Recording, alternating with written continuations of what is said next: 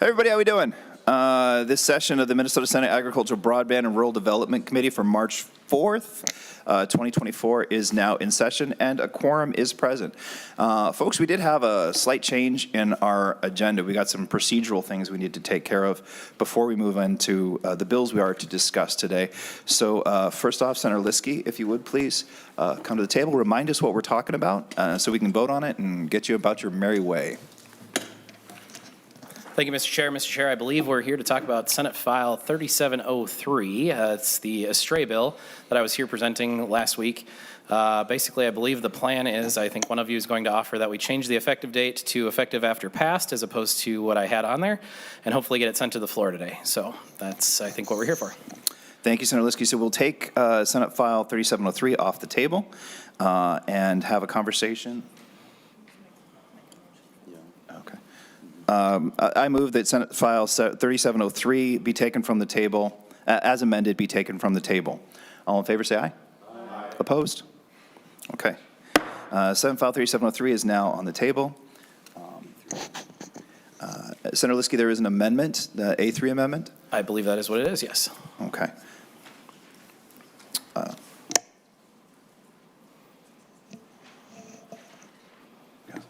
Senator Kunish moves the A3 amendment. Senator Liskey, you want to tell us a little bit about it? Sure. So I believe the A3 amendment, the whole purpose is really just to change the effective date. Originally, I had in the bill the effective date being August 1st, 2024.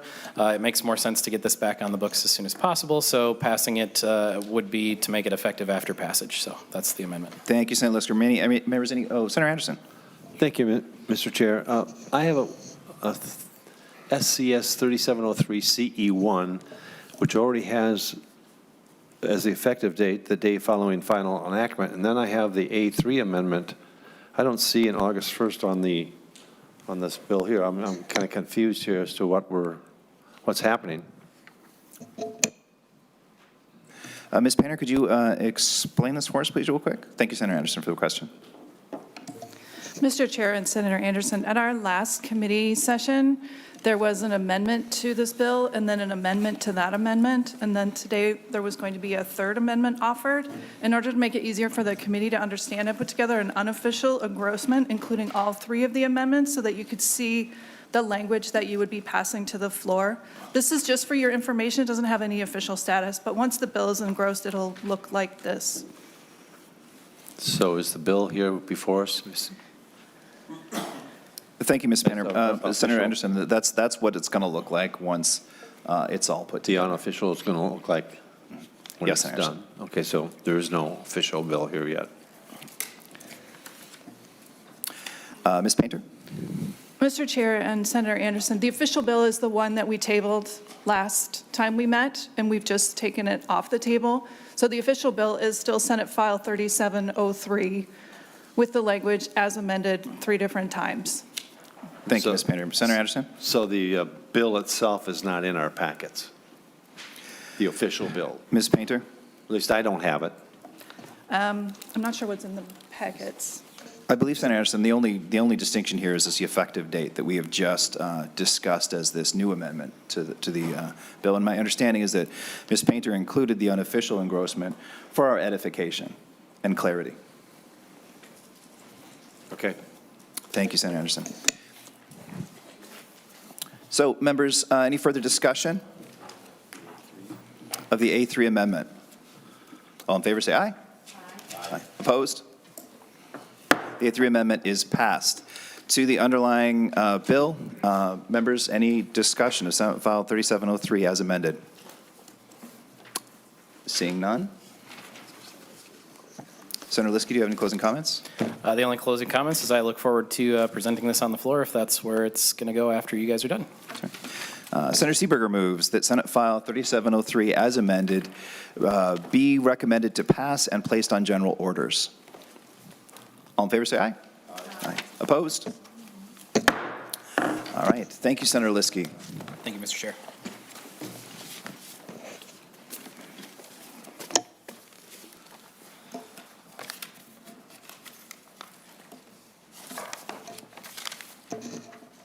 Members, we have one other quick procedural thing to do. session or two ago, we talked about AFREC, the Agricultural Fertilizer Research Fund. We would like to send that on to the Committee on State and Local Government and Veterans. Members, do you have any comments or questions about that? I move that Senate File 3719 be recommended to pass and re-referred to the Committee on State and Local Government and Veterans. Any discussion? Seeing none, all in favor, say aye. Aye. Opposed? All right, Senate File 3719 will be recommended to pass and referred to the Committee on State and Local Government and Veterans. One last quick...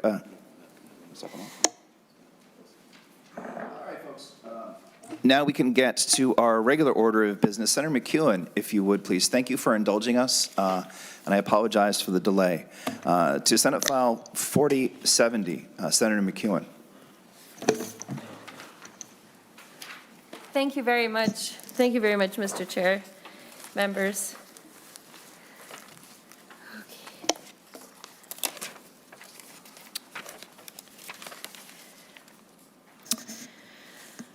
Okay. It's nice to be here. Thanks for hearing this bill. I appreciate it very much. Just some background info on this bill. According to an economic impact study on the nursery and landscape industries, over 2,000 companies in Minnesota conducted by researchers from St. Cloud State University School of Public Affairs Research Institute back in 2014, there were over 42,000 Minnesotans employed in this field that this bill addresses today.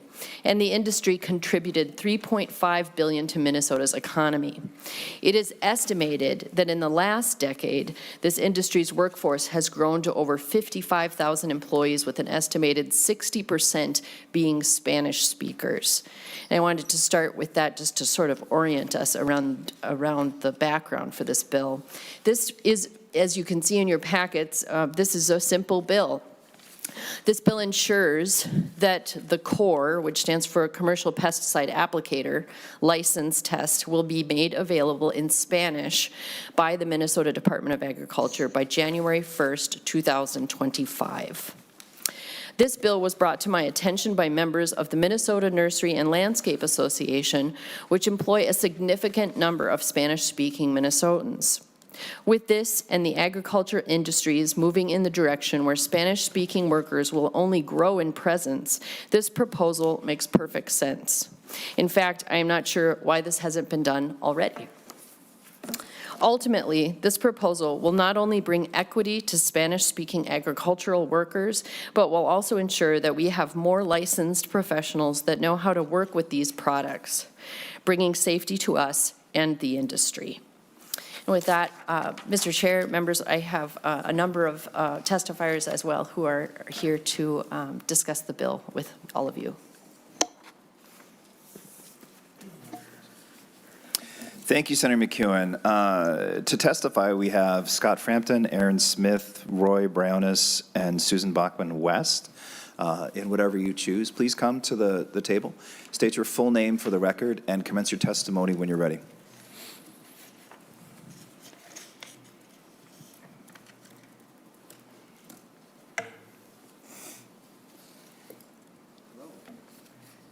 I was hoping for a little bit more awkwardness as you looked at each other and decided who was going to go, but... Yeah, well, since you read my name first, I figured Sure. I'd come first, so thank you. Mr. Frampton, if you would please state your full name for the record and commence your testimony. Scott Frampton. Excuse me, I've got to read. I'm an owner. Thank you, Chair and committee members, for hearing my testimony today. I'm an owner of a small business specializing in building and maintaining landscapes in Minnesota. I'm also a member of the Minnesota Nursery and Landscape Association. The workforce in our company is approximately 80% Spanish-speaking. I'm here today to urge the committee to pass Senate File 4070 to provide more opportunity for Spanish-speaking working in Minnesota to advance their education and careers and to promote the safe application of these products. Currently, many local landscape firms employ as much as half of their workforce as Spanish-speaking or are owned and operated by Spanish speakers. Ensuring that all of our employees have access to the training and tests available to others is not just the right thing to do, but is also a matter of safety and of economic and professional growth. Having the commercial pesticide applicator license test only available in English does not allow for these individuals to apply these products safely or legally. Ensuring that the test is accessible in Spanish will promote more safe applications and improve the careers of the individuals who take the test. I really do think it's a matter of fairness, as was brought up by Senator McEwen.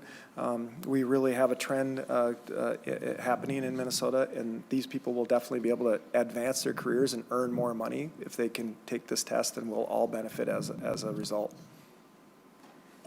Thank you. Thank you very much, Mr. Frampton. Mr. Smith, if you would please come to the table, state your full name for the record, and commence your testimony when you're ready.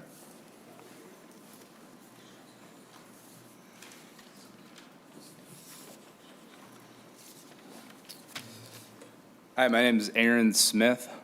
Mr. Chair and members of the committee, I'm the nursery leader at Hoffman and McNamara, located in Hastings. I've been with the company for just over 14 years. Started as an intern through UWRF, University of River Falls, Wisconsin, and kind of worked my way up from that to where I'm at now. I work very closely with other department leaders, especially the project managers, landscaping, superintendent, and our maintenance foreman to help meet their needs. As of right now, Hoffman and McNamara employs roughly 83 people, ranging from part-time high school students to full-time career-driven individuals. As our industry dictates, we are a highly seasonal business. Working outside in the elements leaves you at the mercy of Mother Nature every hour of every day. You need to have plan A, B, C, and D, and be able to pivot on a moment's notice. This complicates a lot of aspects of our work. About 44 of our employees are Latino and speak Spanish as their primary language. Only 5 of our 69 field staff have a license. These 5 certified pesticide applicators need to be on site when any of the other field staff employees are spraying. We have 2 farms a quarter-mile apart, and our landscape crews can be spread out all over Minnesota, Wisconsin, Iowa, and the Dakotas, sometimes simultaneously. This can really complicate making applications. I have no doubt that if the applicator test was also available in Spanish, there would be many benefits. There would be less pressure on those of us that have our licenses to be everywhere at once. When more people have the appropriate credentials, better decisions can be made. Sometimes what we can do for work is limited by how many licensed applicators we have, meaning we may have to turn down work even though we have otherwise the capacity to do it. In our company, obtaining the license results in some form of compensation, giving our Spanish-speaking amigos the opportunity to obtain a higher wage. We see a direct tie between people who get licenses, certifications, and education and their value to us as a company. For example, they're more responsible, more comfortable making decisions, et cetera. It is my belief that the same people that become valuable to us as a company become valuable in their communities as well. We have spent time and money trying to do our own in-house training in preparation for a few individuals, which was highly resource intensive. Licensed applicators need to be present for worker protection standard training. There's a lot of translation involved in that when you're not fluent in Spanish, and a lot can get lost in translation. And the more knowledgeable we are, the safer we can be. We could perform more work safer and provide a better life for our employees if this bill were passed. Thank you. Thank you, Mr. Smith. Mr. Briones, if you would please, could you come to the table, correct my pronunciation with your full name for the record, and commence your testimony when you're ready, please.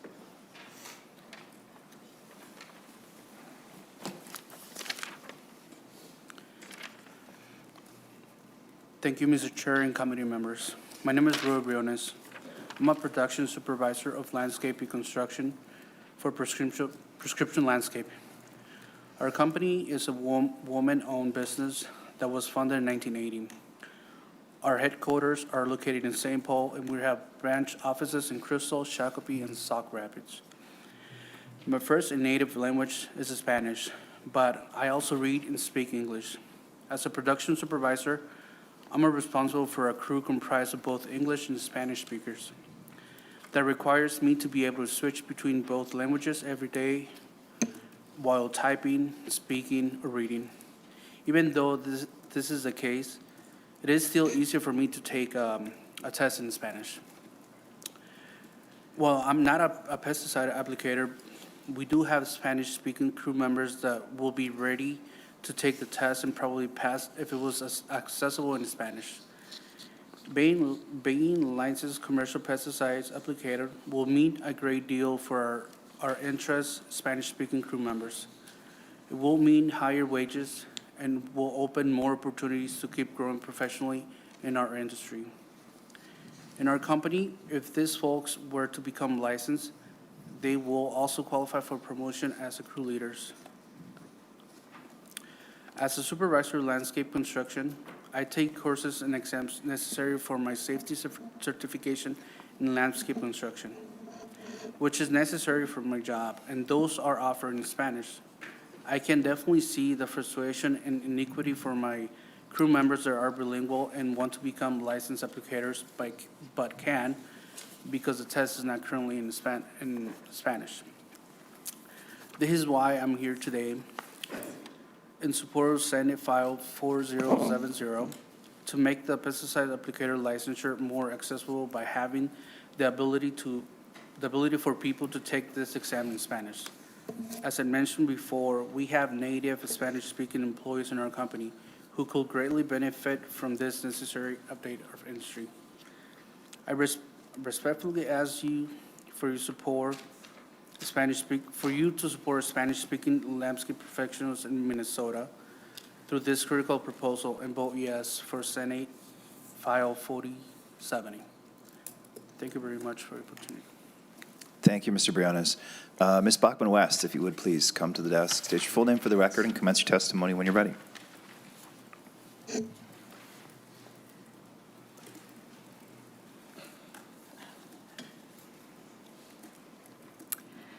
Susan Bachman-West. Mr. Chair and members of the Senate Agriculture Committee, I am a fifth-generation member of our family business, and I'm here on behalf of Bachman's as well as the Minnesota Landscape Association, as I'm a board member. We employ a fair number of Spanish-speaking team members, and therefore I support having a Spanish version of the pesticide applicator test for our industry. Given the significant reliance on the Latino community for labor within the green industry, providing a Spanish version of the test would lead to increased efficiency, safety, and overall productivity. It would also foster a more inclusive environment. Language barriers should not hinder the potential of skilled and dedicated workers. Embracing linguistic diversity is essential for the sustainability and growth of our industry, and offering a Spanish version of the test is a pivotal step towards this goal. Thank you. Thank you, Ms. Bachman-West. Folks, we've got some friends from MDA here. I think that they might want to offer an opinion or two on this bill, if we could. If you could, please state your full name for the record and to help all of us pronounce it, and then commence your testimony. Good afternoon, Mr. Chair, members. For the record, my name is Peter Chesset. I'm an assistant commissioner at the Minnesota Department of Agriculture. And I just wanted to first thank Senator McEwen for bringing this legislation forward. We had a chance to have a very productive conversation earlier this morning. We have also been in conversation with our friends at the Minnesota Landscape Association about this. MDA does not have an official position on the bill, but we recognize the importance of the conversation and the project. It's certainly a direction that we need to head in, and we've been looking at ways to take a comprehensive approach towards this situation and looking at other states and trying to learn from what folks have already tried. But I just wanted to say thank you to Senator McEwen and the advocates for bringing this forward. Thank you, Commissioner Chesses. Members, questions, comments? Senator Anderson. Thank you, Mr. Chair. I see that this summary here. I'm just wondering, is there a fiscal note that Mr. Olafson has prepared for this? Mr. Olafson? Mr. Chair, Senator Anderson, a fiscal note has been requested but has not been completed yet. Senator Anderson. So are we going to let this go with no fiscal note? Senator Anderson, our intention is to lay it over and get some more information about it and make decisions in a future time. Okay. Members, any other questions or comments? Senator Westrom. Mr. Chair, Senator McEwen, what safety concerns or issues might there be, or do we have any with administering a test in Spanish, but then the application very much might be in English, and if we're letting them pass the test in Spanish, is there a way to convert that information to make sure we know the applicators are getting the right doses, the right mixtures, putting the right types of pesticides or herbicides on the application that they're applying it to? You see where I'm going with this question? Can you address that, or maybe somebody from the department? Senator McEwen. Thank you, Mr. Chair, and thank you for that question. And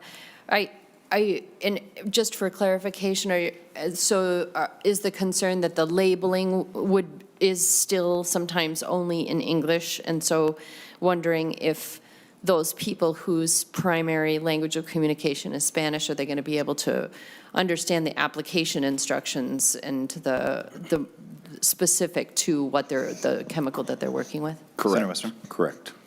Senator McEwen. Thank you. Thanks for that clarification. So this is something that has come up in regard to this bill, this concern that container labels are sometimes, they're only in English. And as I understand it, though, in talking with the stakeholders around this bill, the knowledge on how to use these projects really comes from training more than it does the label. The label is really a guide. Additionally, the manufacturers of these products already offer on their websites the translated version of safety data sheets, which detail the use, which is even more detailed than the label, actually. And I have some examples. I don't know that these are in your packets, but let's see here. There's also, this is just indicative, I think, of the way that things are going across the industry, in that so the Pesticide Educational Resources Cooperative publishes a bilingual dictionary that has all sorts of terms by alphabetical order that have to do with their industry, and then has the definition and then it in Spanish and in English for people to be able to have those resources. So the translating everything over to make sure that materials are available in English, are available in Spanish as well, is happening in real time right now. And the other thing that I think is important for people to know is that there are requirements that are coming from the federal government. Here, I lost my notes. Where did I put these? The federal government, though, is moving toward requiring that labeling also be in Spanish in coming years. And I have a list of that. I can provide it to you as well. So it just, again, is indicative of this is how things are moving to make sure that all of these materials eventually are going to be available in Spanish as well. Thank you, Senator McEwen. Senator Westrom? Members, any further discussion or questions about Senate File 4070? Seeing none, Senate File, final comments. Senator McEwen, I apologize. Thank you, Mr. Chair, and thank you very much, members, for the discussion and the question and for hearing the bill. I think this is a really common sense issue, as I said in my opening comments, that I had actually was surprised that this wasn't already a measure that had happened. So I'm glad to see that we're looking to address it now. Thank you. Thank you, Senator McEwen. Senate File 4070 will be laid over for possible inclusion.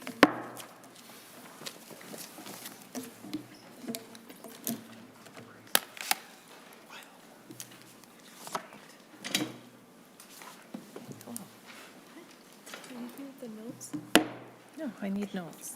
All right. Tell me what I'm doing.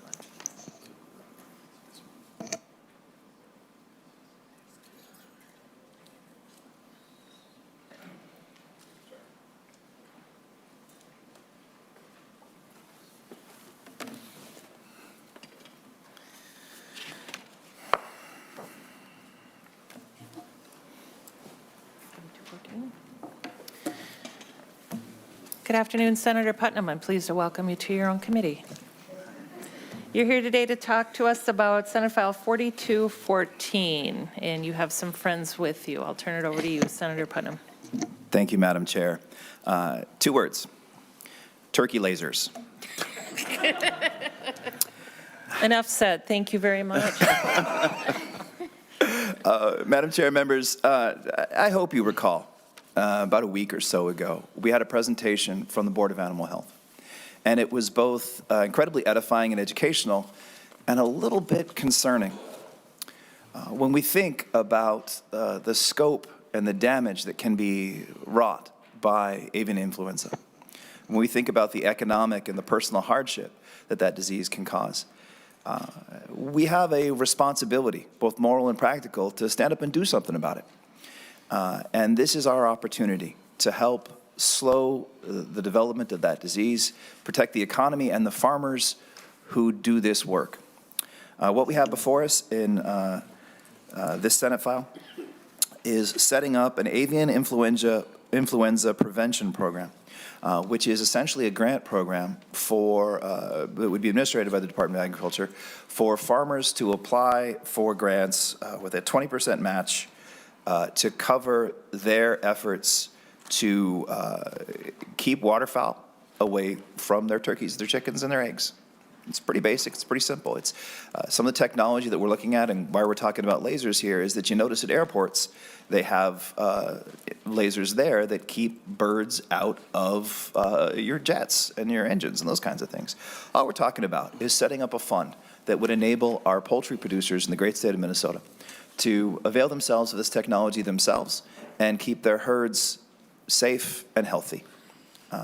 So as you mentioned, Madam Chair, we do have some great, very qualified people to tell the story of this need and to talk a little bit more about this issue.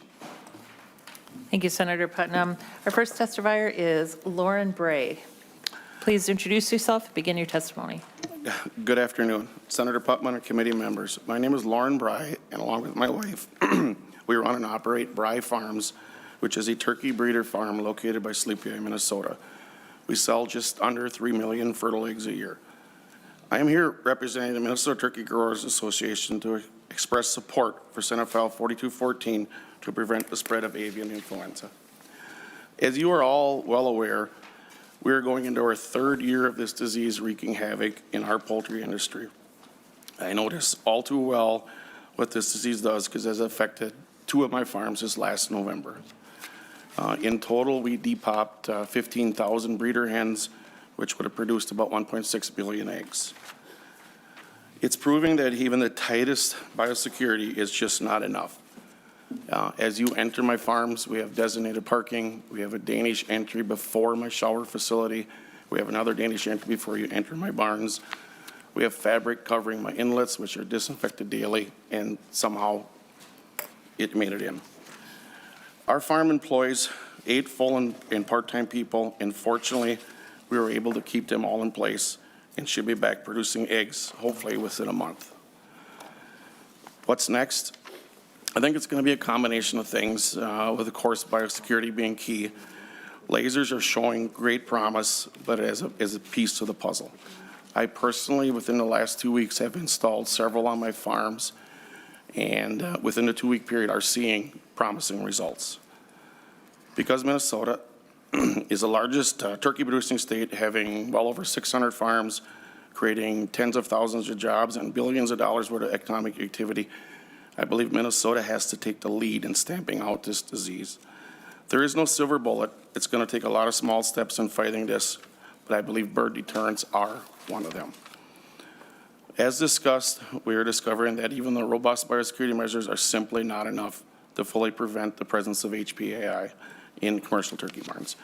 Additional layers of protection to reduce the load of viral presence from sources like wild birds is proving to be an impactful yet non-lethal goal. I believe 4214 is a good, solid investment for Minnesota turkey industry, and I would be happy to take any questions.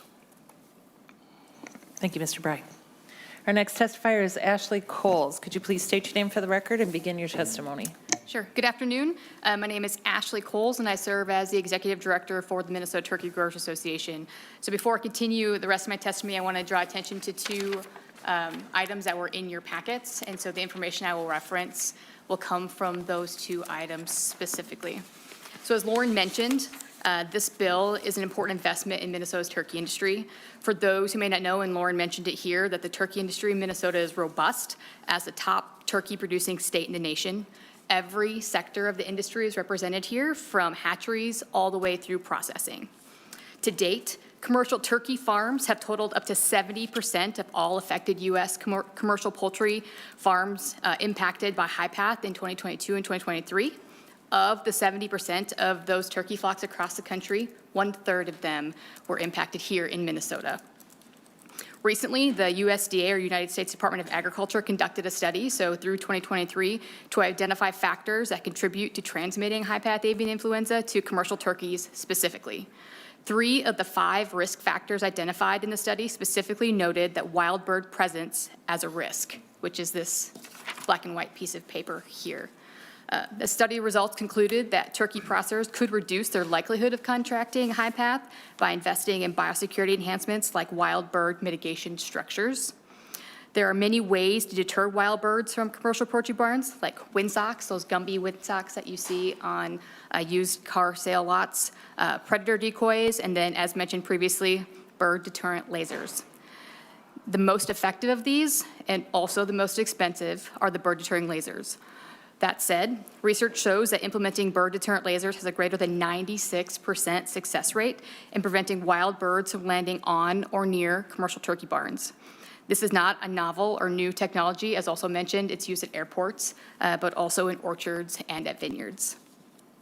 I want to close with noting that this approach to supporting the state's turkey industry is not new. We are modeling this similar to what the cattle industry does with the wolf conflict grants, just focusing on birds. So I want to thank Senator Putnam and Senator Westrom for supporting this bill. And I also want to note that in addition to the Minnesota Turkey Growers Association, both the Minnesota Farmers Union and the Minnesota Farm Bureau also support this bill. And I'm happy to also answer any questions. Thank you, Ms. Coles. I'd like to invite our Commissioner of Agriculture, Tom Peterson, up to offer a few words.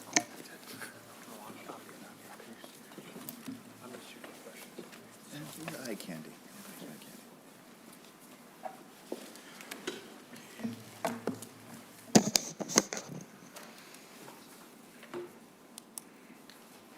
Thank you, Commissioner. Could you state your name, please, and begin your testimony?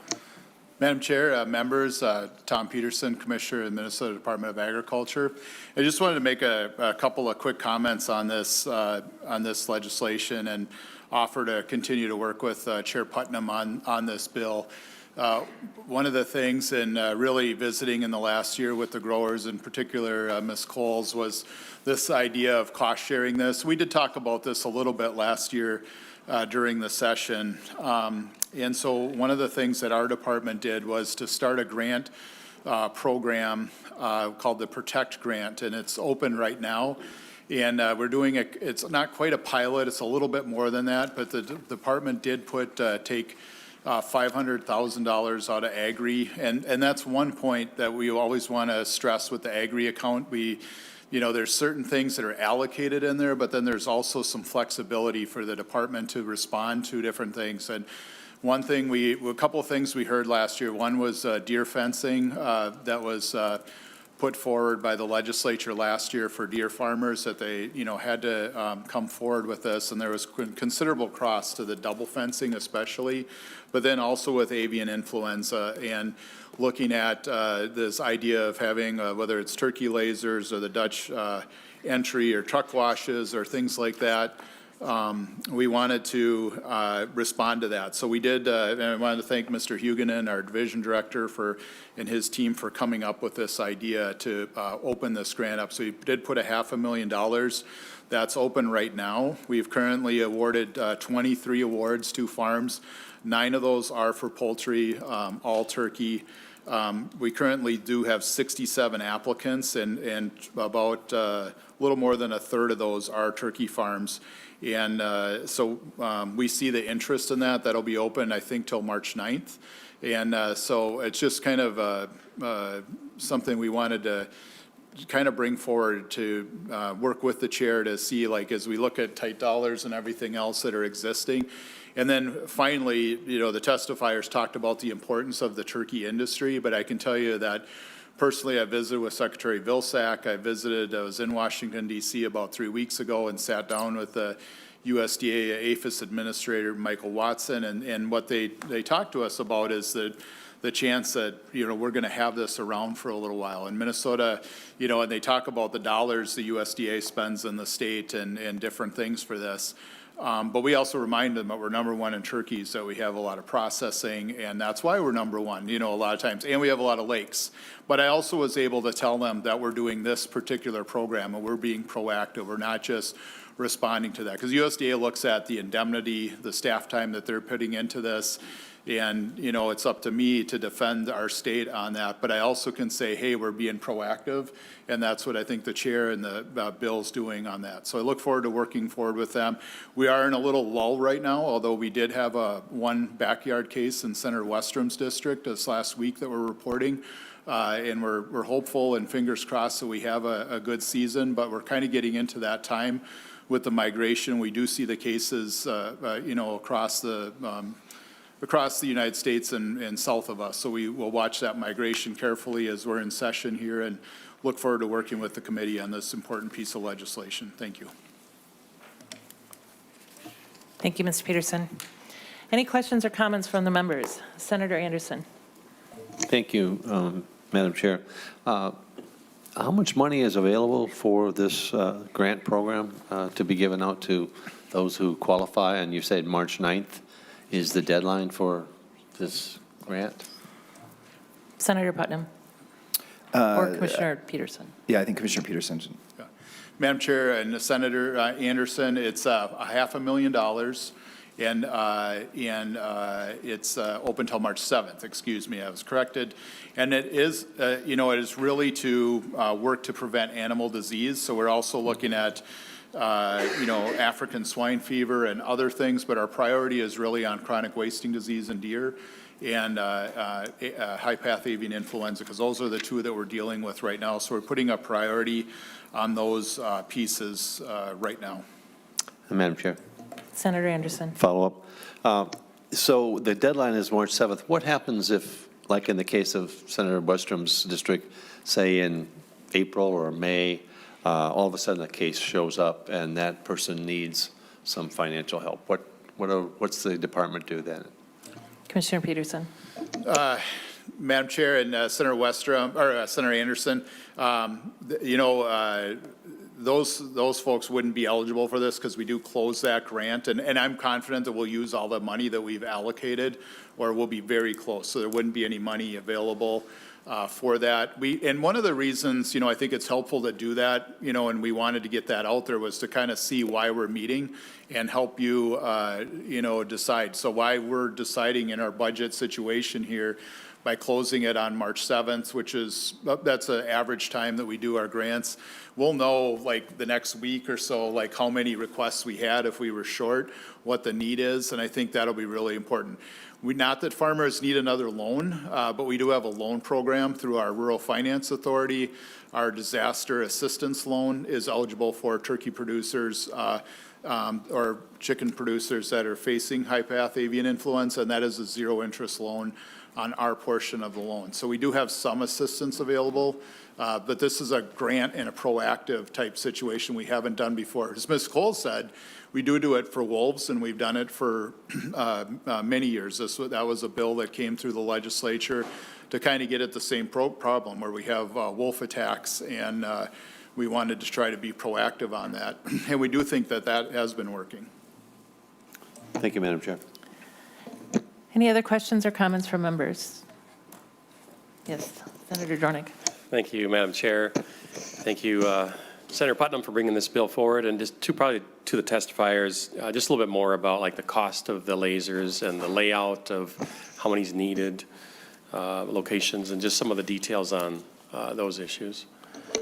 Well, and that's some of the problem with the lasers. They are terribly expensive. Each laser is roughly $17,000. Some of the problem with the poultry facilities is like a vineyard or an orchard, they would cover up to 10 acres, but because you got buildings and roof lines and feed tanks in the way, many farms have to add at least 2 to cover a farm.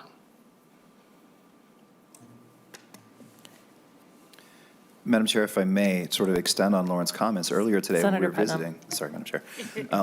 Earlier when we were visiting, Lauren told me that there are 3 farms in the state of Minnesota that are fully lasered up, and they haven't had a single outbreak. Any other questions or comments from our members? Final thoughts, Senator Putnam? Madam Chair, thank you, and members for hearing this important bill. Another thank you to Senator Westrom for co-authoring it, and also for visiting a turkey farm with me last summer. We went to our friend Eric and Erica's turkey farm, Senator Westrom and Jackie and Hunter and I did, and Ms. Painter and Mr. Olafson. And we got to see firsthand how hard they're trying with biosecurity, with these efforts to do the right thing to keep their herds safe and to keep their livelihoods safe. I think that we have responsibility to help them out and to help our friends at MDA as well in their efforts to make sure that our turkey farms are safe. Thank you, Senator Putnam. Senator Westrom. Madam Chair and Senator Putnam, you maybe heard this, but I heard it when I was picking up my son's FFA fruit sales from Mr. Swatsky, who's also an ag FFA teacher at West Central, where my children go to school. But they actually, unfortunately, were hit with the avian flu in December, just a month or 2 ago. The farm that you and I toured together last fall or summer. So it hits everywhere. So that was unfortunate news as I was picking up the delicious FFA fruit. So. Thank you, Madam Chair. Senator Thank you, Putnam. Senator Westrom, for sharing that. When I first heard of our first outbreak, I called Erica. This would have been months and months ago. And you could hear the stress in her voice. And at that time, they hadn't had a case yet. But you could still hear the stress in her voice.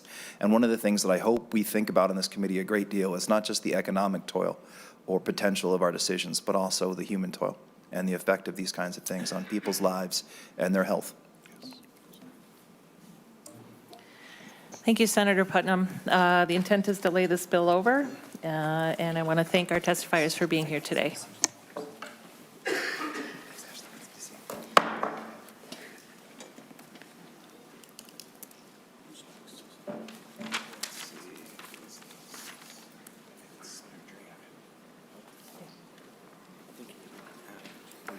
Senator Westrom, we're going to go to your bill now, actually. Yes.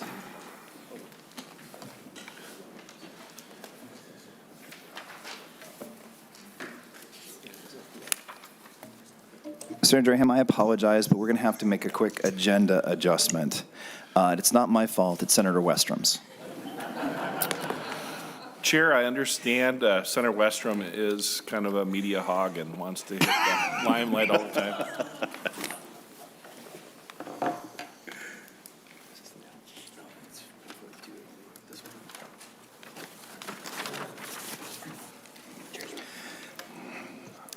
Senator Westrom, Senate File 4288.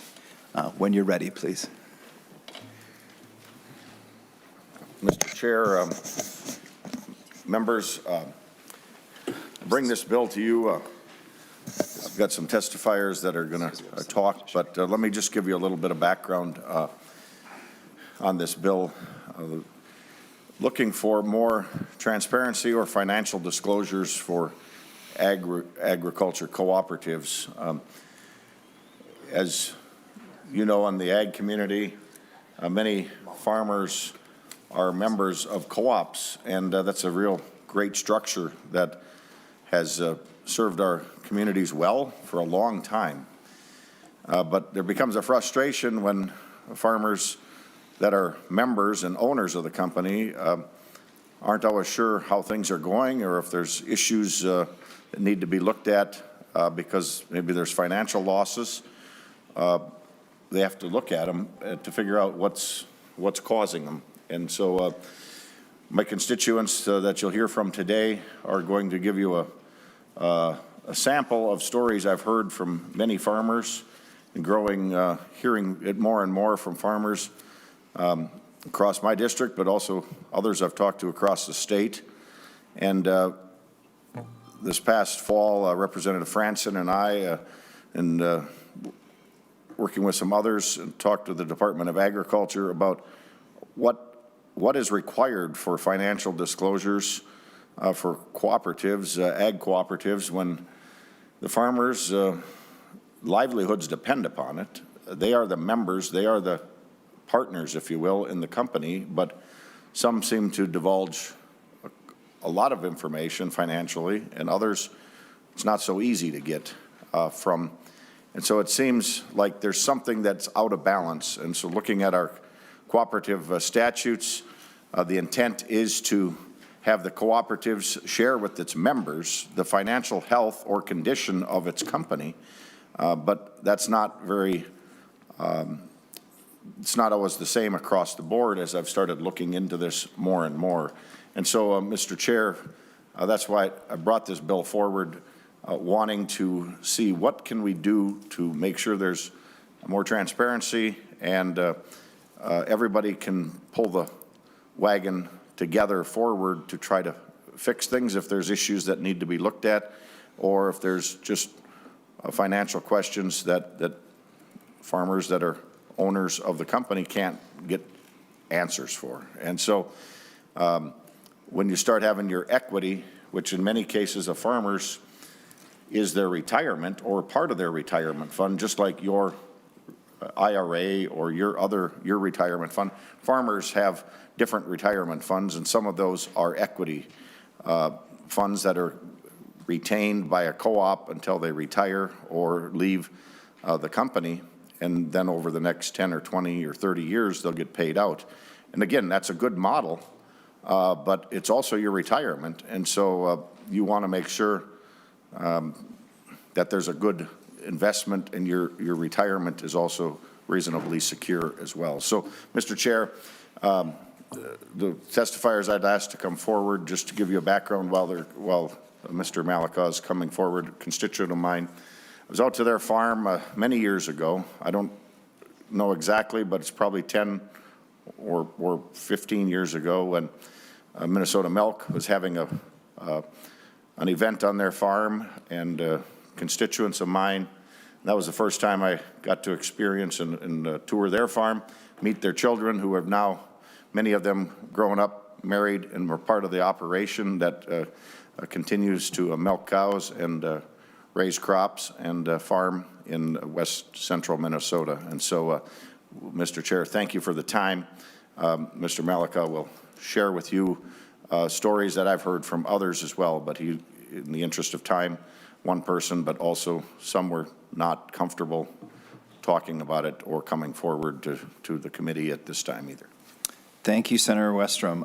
So Mr. Malika and Mr. Laurie are the two folks you have set to testify. If you would both please come up and have a seat at the table. Mr. Malika, would you state your full name for the record and commence your testimony when you're ready? Good and close to the microphone.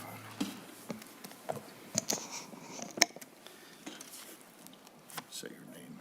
Okay. Todd Malika. And so my wife and I were lifelong members in Pope County, Minnesota. Been there all our life. We have 7 children. All of the 7 have left the farming operation, went on to further education, and 5 of them have returned to the farm. With that being said, a number of them are married. We have 19 grandkids. 3 of our sons are in the volunteer fire department, and one of them is also an EMR.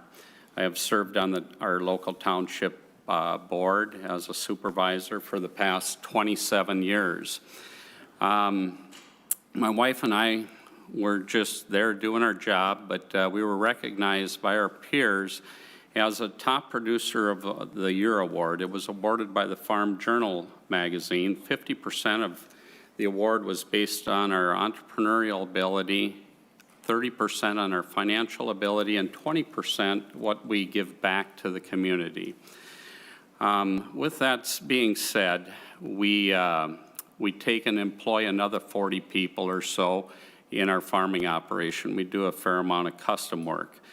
We take and we currently work with 7 or 8 different co-ops, everything from Allied Energy, Centra Soda, 2 different electric co-ops, First District, Land O'Lakes, Sunrise, and Central Crop Consulting.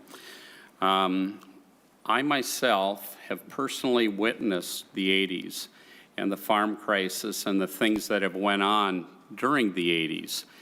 And with that being said, it's super important always to have transparency and proper financials. And with the proper financials, what you will see in the exhibit is there's co-ops that take and have just wonderful transparency. They're very forthright, they're open, they show goals, objectives, what went well, what didn't go so well. And I took and I've held an elected leadership position in 2018 and 2019 with Land O'Lakes. And during that position, I took and I started asking questions, more detailed questions about the finances. And as I kept asking questions, all of a sudden what happened to me is I received a stipulation agreement. Again, no harm, no verbal abuse. What I was doing is asking very specific, intelligent questions. And all of a sudden, I was put on a 30-day notice. After shipping milk for 12 years there, I was put on a 30-day notice, and it said, Mr. Malika, if you're that dissatisfied with our co-op, you need to take and find somewhere else to ship your milk. And then, off the record, I was told, you either shut your mouth and stop asking questions, or we will stop picking up your milk. Well, it's terrifying because it would throw us into bankruptcy. It's very difficult. There's 4 processors that take milk, and you really have to lobby hard to be able to get into a creamery and get your milk sold. So with that being said, as I went on, we were able to then move to First District Association. And as we moved to First District Association, I would attend the annual meetings, a complete 180. It was just total transparency. The CFO would be there. The president would be there. And if we had questions, they would answer the questions. And if we didn't have questions, they would encourage us to ask questions. They would tell us about good things and bad things that went on. Well, I let bygones be bygones. Then, we were happy to move on, but I still stayed in touch with the people at Land O'Lakes. Now, what happened is in 23, we took and all of a sudden, we get a letter in the mail, and financially, they performed so poor that they took $60,000 of our equity to take and stay in business in the dairy division. Now, Land O'Lakes as a whole, the company is healthy, but they made a decision to recognize each one of the entities as an individual entity, and they want them to be held accountable. Well, there's no way. I repeatedly asked, for financial information. And what they would do is they would hold meetings, but no numbers were ever shared, no direct anything. So I took and in my position, I was able to form relationships with other corporate board members. All of a sudden, I see that they're at, or what I was told for that one individual company, again, the company as a whole is fine, but on the dairy division, they had a debt to equity in 2020, or 2019, they had a debt to equity, I was told, of 116%. Then in 2022, I was told that their debt to equity was 194%. I went to the member relations person, asked him to quantify it or share numbers. They would not even acknowledge it, wouldn't share it or anything. But what is a matter of a fact is that they took out of our retirement fund $60,000. I was with a 120 cow dairy. Tori and I were talking to them on Saturday. It was Saturday or Sunday. We talked to a number of farmers. They were out $25,000. The largest producer we talked to was out $2 million, okay? And so it's real. Where I'm going with this is just, what do I want, or what do we want, is just financial transparency. There's a lot of great co-ops out there. The co-op system is wonderful, but we as farmers own the co-op. Why can't we just know how it's doing financially? That's all we want to do. We want to know where our money is going, and more importantly, another thing that rang a bell is our lender. My lender is the one who prodded me. He says, Todd, these people have serious financial trouble. When they're taking your equity in order to operate, there is trouble. And all you have to do is start reflecting on what happened in the 80s, and this arrogant attitude of too big to fail is wrong. You know, we're just farmers trying to make a living, and I just appreciate your time, but please just recognize we own it. We own the co-op. And when the going gets tough, one thing that's constant is the farmer is going to be there, and what happens is the executives bail and they go on to their other life doing another corporate job. So I sincerely thank you for the opportunity to speak with you, and I welcome any questions. Thank you. Thank you, Mr. Malika.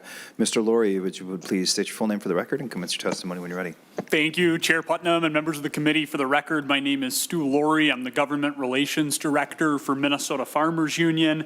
And on behalf of MFU, I'm glad to share our support for Senator Westrom's 4288 to update reporting requirements for agricultural cooperatives. Our organization comes out of the cooperative movement. We're proud to support co-ops. Senator Putnam, when you visited one of our members' farms, you sat on a Farmers Union co-op tractor, right? That is the strength of our agricultural economy. It's our history. And since our organization was founded, but certainly since this underlying statute was written in the 80s, co-ops have become larger and more complex in many cases.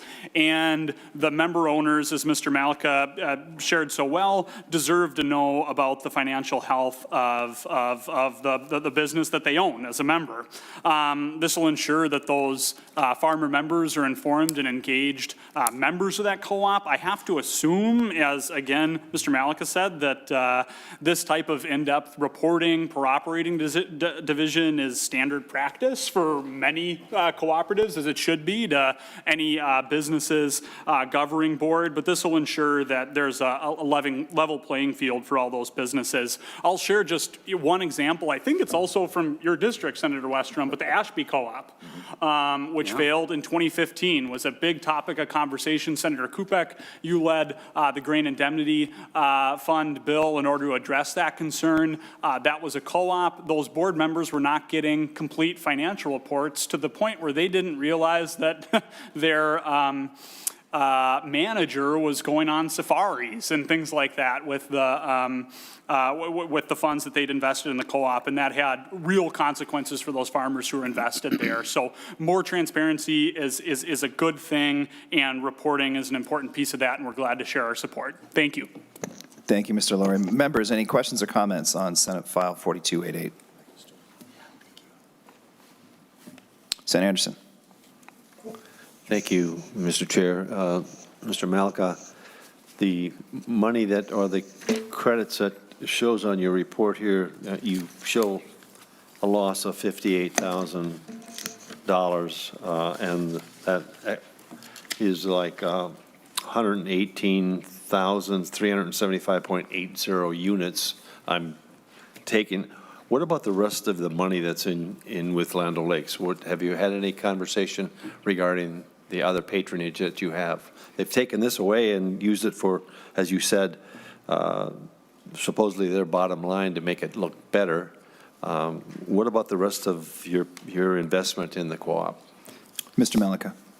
Yes, Senator Anderson, I believe that that the rest of the money is there, providing the board votes to give it to us, okay? The reason that this is the first time in 101 years that they did this. The co-op I'm at has never done it where they've needed equity to operate. My understanding is that the rest of the money will be there. Senator Anderson. Thank you, Mr. Chair. So you've kind of been shut out, according to these papers that you've shown here, been shut out about asking questions. Have you been able to ask questions about the rest of your patronage? Will that be available? I mean, you've already switched from Land O'Lakes to First District, as you said in your testimony, and you're hoping that the rest of this, is there any verification or conversation that you've had with someone to say, yes, you'll be getting more of your patronage that you've invested in the last 12 years? Senator Anderson, without accurate financials, we don't know. I mean, if they go bankrupt, or it takes a super vote, okay? So if they decide, if the rest of the board members at Land O'Lakes decide they no longer want to keep funding the dairy division, they will shut it down, and my understanding is we will lose all of our equity. Mr. Chair. Senator Anderson. According to this one piece of information that you've, from Mr. Kappelman, it says here, we declined your request to address the board meeting about your feedback on your shares. We are aware that you have personally reached out to several board members. Sounds like they basically shut you out completely.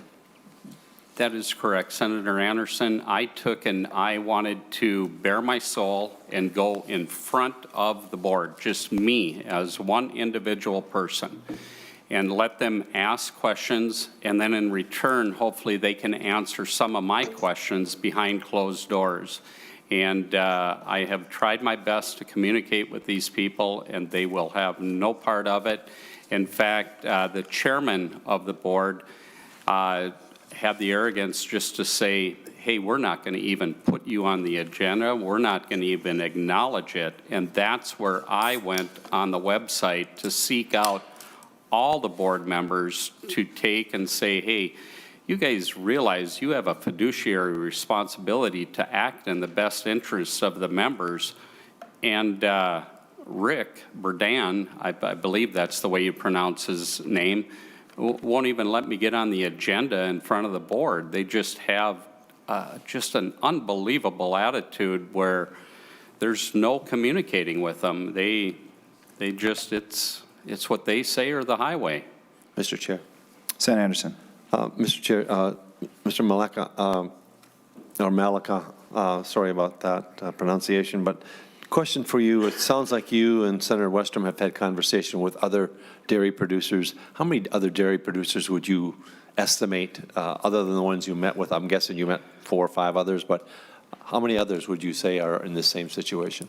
Mr. Malika. Senator Anderson, there are many people, so I'm going to speak generally. There is fear of people talking. There's 4 places that accept milk, okay? And there was a gentleman that Tori and I were talking to on Sunday evening, and he talked about his neighbor not doing the right thing, and the next day they stopped picking up. And fortunately, he was able to move his milk. It was a smaller herd, and move it to another co-op. But it's real. There's bad things going on, and the only way, it's just a common universal language called financial numbers, not hyperbole or anything like that, or, oh, look at us, we're sorry, we did a bad job, we'll do better next year. We just want to follow the money. All we want to do is know where our money's being spent. That's it. Thank you, Mr. Chair. Members, any other questions or comments? Senator Dornick. Thank you, Mr. Chair. Thank you, Senator Westrom, for bringing this bill. Mr. Chair, what is the path of this bill? Do you know where it's going next? Senator Dornick, we are about to vote to re-refer it to judiciary. Okay, all right. And Mr. Chair, is anyone from Land Lakes here, or do we have any testimony at all from them? Senator Dornick, I don't believe so. All right. So, Mr. Malika, thanks for coming in. We appreciate your testimony. I'm just curious about your farm a little bit, if you just share how many cows you milk and some of that, and because I think most in here know, well, maybe they don't, how hard you guys work and what you built and the generation, you know, of your family. It's really great to hear that your family has come back to help you. 5 of the kids, I think you had mentioned. That's pretty neat. So obviously you know what you're doing and doing a great job. So if you just share a little bit about how many cows you milk and kind of, you know, how things have been going the last, I don't know, 5 years or whatever. And I know that the price of milk has been tough too, and some of the situations you're facing. Yes. Mr. Malika. Okay. We take and our farming operation, we milk about 1,100 cows. We have a total of about 2,800 animals. And what's really unique about our operation is my wife and I are transitioning out, and our operation is ran by 20-year-olds, kids. But I only call them kids. They're adults.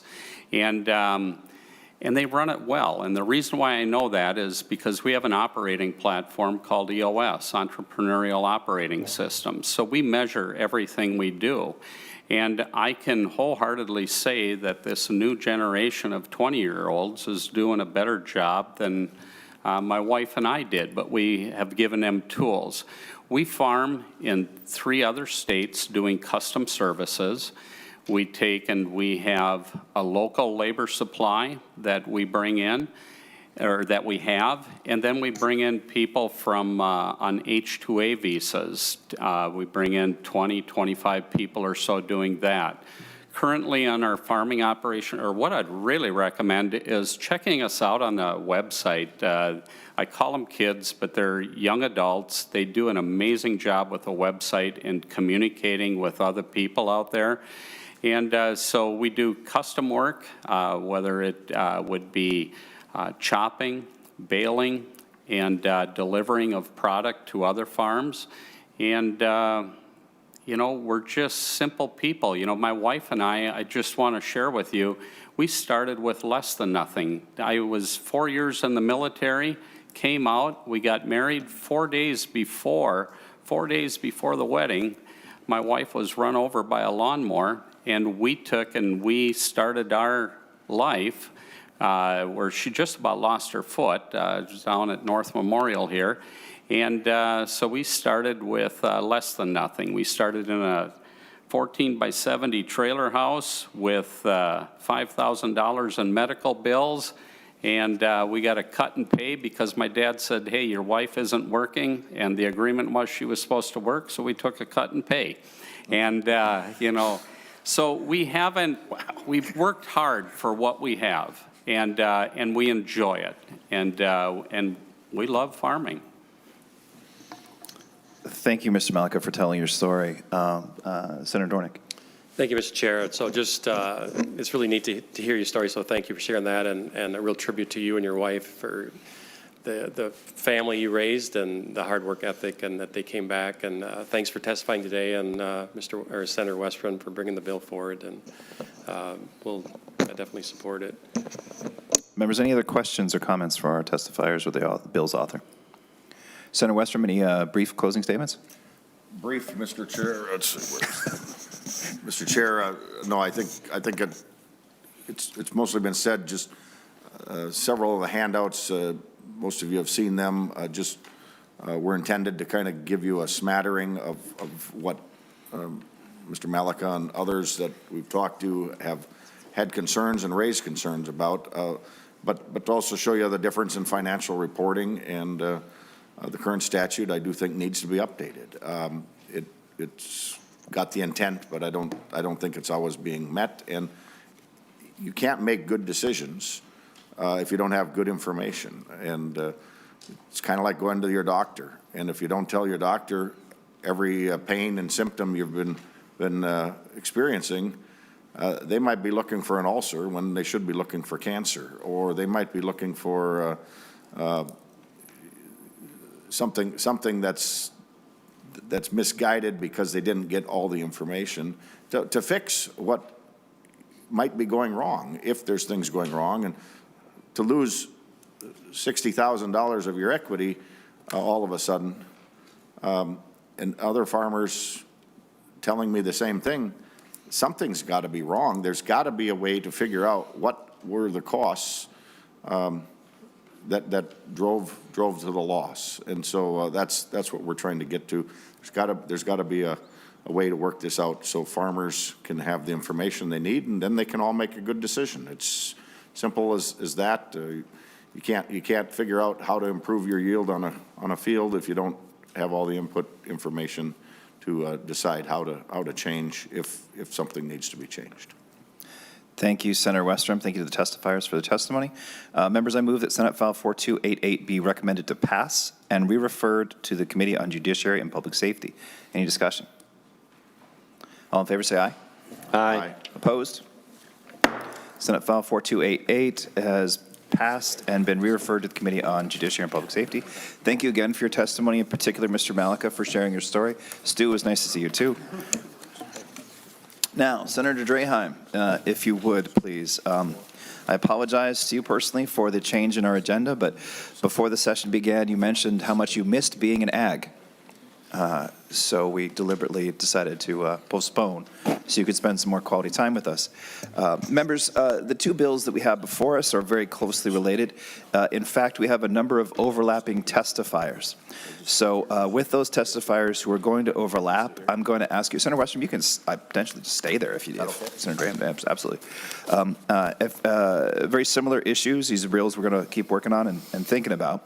So I'm going to ask the testifiers, both those online and those who are present here, to be as efficient as possible and to testify to both bills and your concerns or interests in them simultaneously, if that's okay with the bill authors.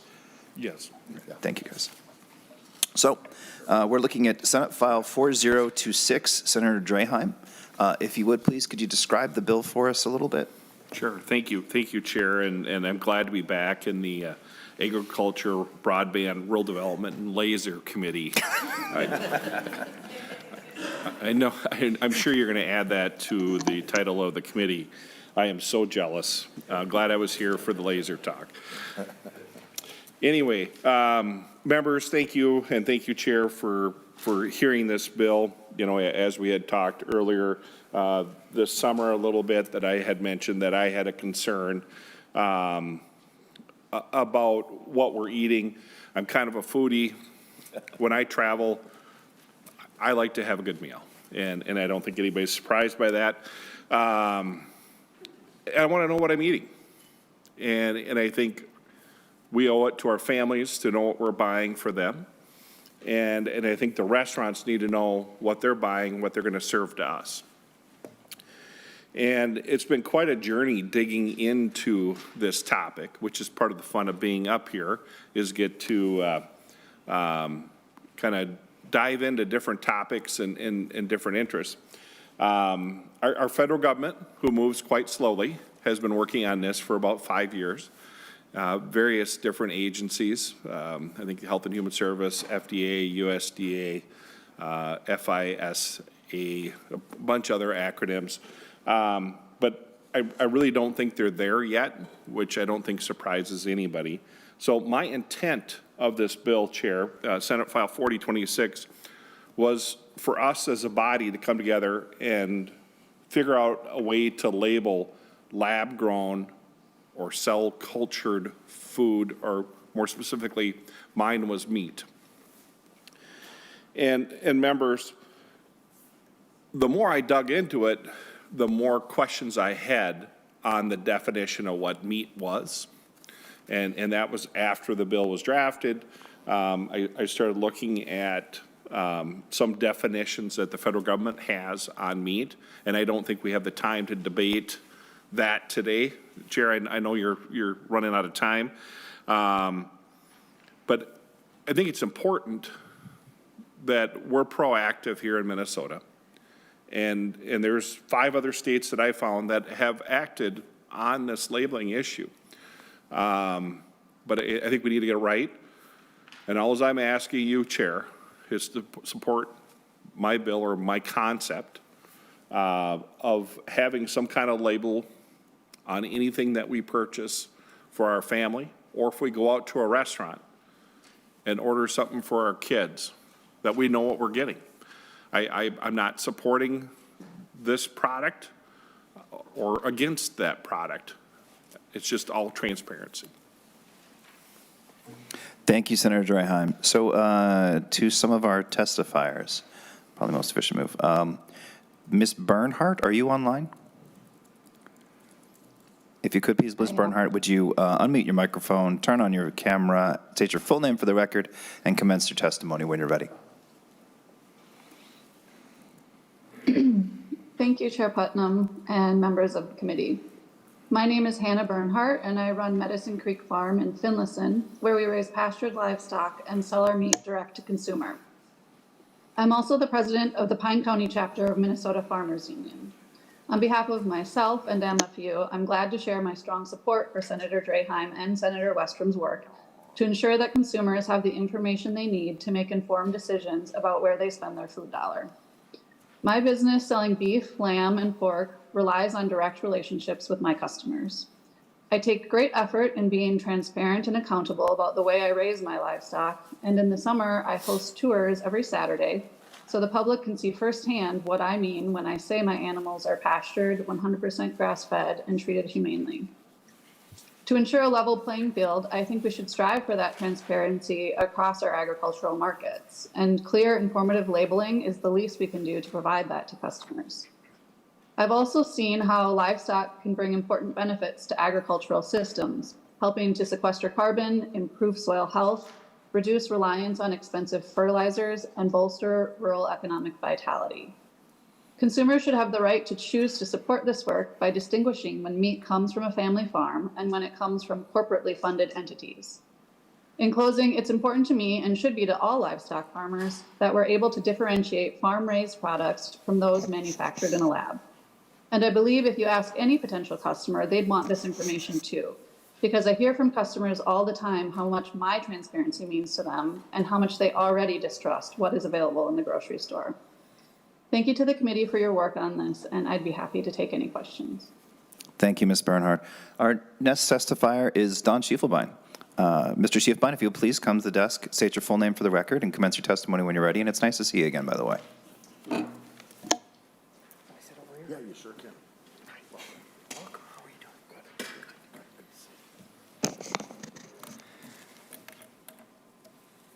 Mr. Chairman, members of the committee, it's a delight for me to be here in front of you in this circumstances, and it's so enthusiastically exciting to see an organization working on behalf of the agricultural community, and for that I thank all of you very, very much.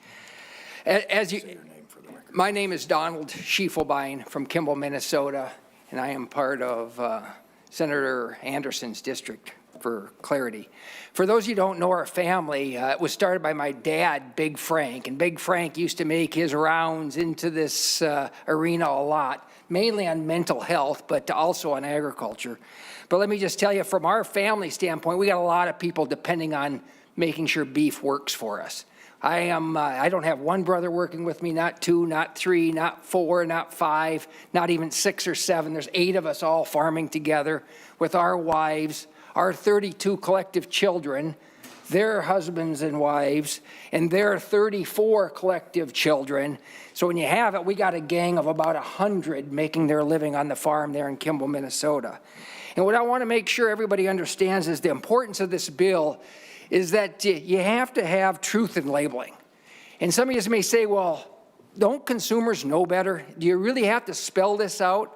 Let me just share a startling fact with you that you may all know, and I'm sure you do, is over 50% of the U.S. population is not 1, not 2, but 3 generations removed from agriculture.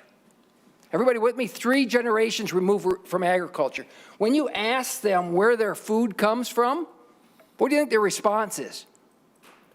The grocery store. So that is why these bills are absolutely necessary. We are not running away from competition, as you said. We believe we can stand fiercely and defend what is the greatest protein, animal protein in the market. We're not afraid of that, but we think it's absolutely essential that consumers know what they're buying. And for those of you who wonder how important it is, just take a quick history on what's occurred with milk. You know, for all of thousands of years, milk used to come from gestating animals, right? And when we let this description be kind of erratically designed, all of a sudden we have soy milk, almond milk, and milk from sources that were never intended to be called milk. So I think it's important that we fiercely defend what is and what isn't food products. And as I like to say, and Senator Putnam and I had this discussion, boy, common sense needs to reign once again. And I don't know if you ever heard the story, but when something walks like a duck and quacks like a duck, it's a duck. When something walks like a cow and moves like a cow, it's beef. If it doesn't, it's not. With that, sir, I appreciate the opportunity to share my testimony and being here with you. I stand for any questions if you may have them. Thank you, Mr. Schiefelbein. Mr. Nelson from Cattle Creek Farms. If you would, please, take the stand, state your full name for the record, and commence your testimony when you're ready.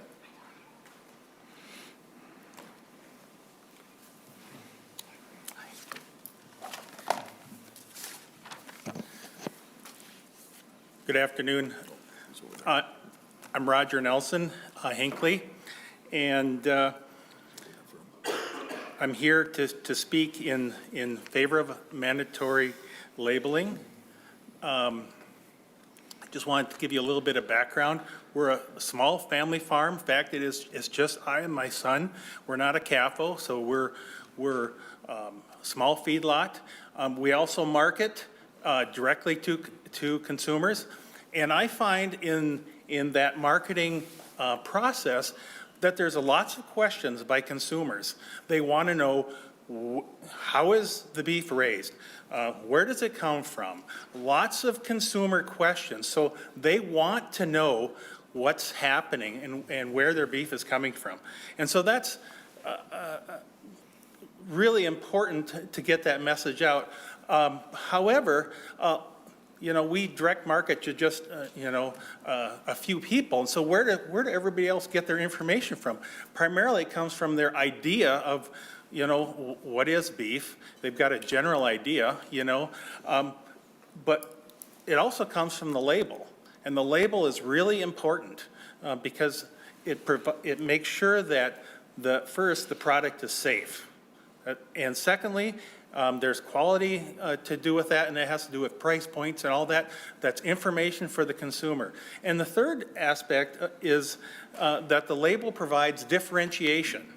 So, why is this product different than, and it allows consumers to make those choices. For example, certified Angus beef is a differentiation. Other differentiations this may be grass-fed or it's organic. All those differentiations are important, and the consumer needs to know those things to make good choices. And so what I'm asking you today is to consider this, and really when we talk about product differentiation, I'm here as a producer, a small producer representing myself. And when we talk about cell-cultured meat, I can say it, it's fake meat. I'll just say that. However, that being said, I'm not opposed to it. If it's safe, if it's graded, and if there's transparency. And so let the marketplace sort itself out. And people will make those choices, whether it's transparency and honesty. I didn't know who was going to be testifying today, but when I heard about this bill, or these bills, I just said to myself, I just can't sit and let somebody else hopefully speak on our behalf of us small producers. And so I was just motivated I didn't collude with anybody. I came here because this is an important issue to me as a small farmer. So thank you for your time. Thank you, Mr. Nelson. Our next testifiers are going to be virtual. So, Mr. Cooperhouse, are you available online? If so, could you please turn on your camera, unmute your microphone, state your full name for the record, and commence your testimony when you're ready. Hi there, I'm filling in for Mr. Cooperhouse. My name is Mia Montanelli. Chairman and members of the committee, my name is Mia, and I'm responsible for communications at Blue Nalu, a company that is developing nutritious and safe seafood products that are made directly from the cells of fish. This is not a plant-based alternative. This is real seafood that complements farm-raised and wild-caught species.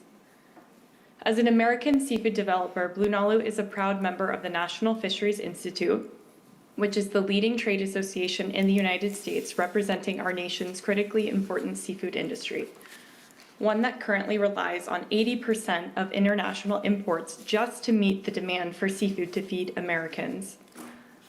Our method of seafood production presents an extraordinary opportunity to enhance food security and displace imports. Against this backdrop, I stand before you to address the implications of Senate File 4026 and 4291. While we absolutely agree with transparent and accurate labeling, we want consumers to know and identify that our products are made through cell culture. But these bills in their current form present troublesome and perplexing hurdles that will negatively impact restaurateurs and consumers and pose a threat to the principles of consumer choice and free market dynamics. Cell-cultured protein products are real seafood, poultry, and meat products and are complementary to their conventional counterparts. Shouldn't consumers have the right to compare complementary products at the grocery store? Today we have pasture-raised eggs, farm-raised chicken, grass-fed beef, and organic turkeys. Soon we'll be able to offer consumers cell-cultured seafood, poultry, and meat as additional options. We respectfully urge you to remove Subdivision 5 from Bill 4291 so that Americans can decide for themselves what products to buy. Cell-cultured products are also prepared, cooked, and stored in the exact same manner as conventional counterparts. Shouldn't restaurant operators be given the freedom to use these products in the same ways they know and understand?